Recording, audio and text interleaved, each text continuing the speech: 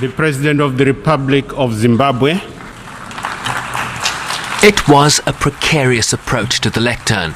The 93-year-old leader unsteady on his feet, but not in word, reminding the assembly that his government was a strong advocate for the sovereignty of nations. Some of us were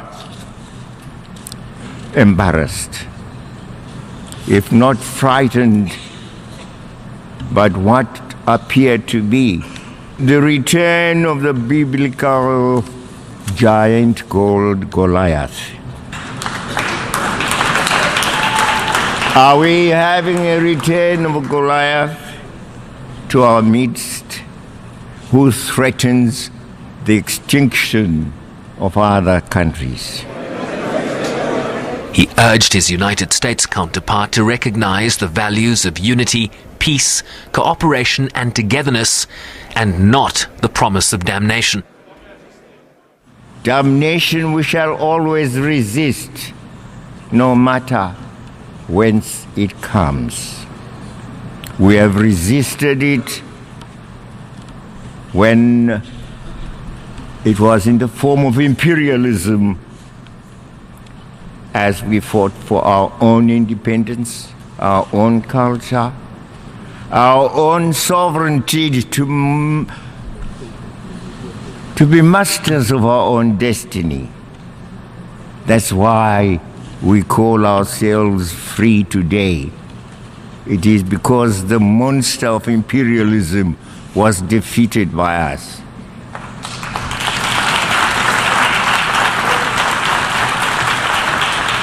Bring us another monster, by whatever name, he will suffer the same consequences. He called the 2030 development agenda a new wine and expressed his country's unflinching support for Security Council reform. Mr. President, the overwhelming majority of us have accepted that we need to reform the current system in order to improve but not destroy it.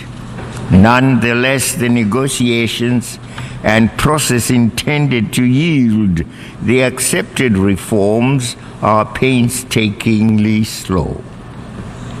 We are left to wonder, justifiably so, whether those who enjoy and sometimes abuse the power and privileges of the current setup are sincere interlocutors in these discussions.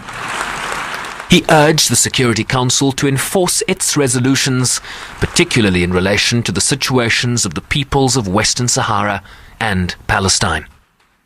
This was the first time in many years of speeches at the General Assembly that President Mugabe did not directly call for the lifting of targeted sanctions against members of his government and inner circle.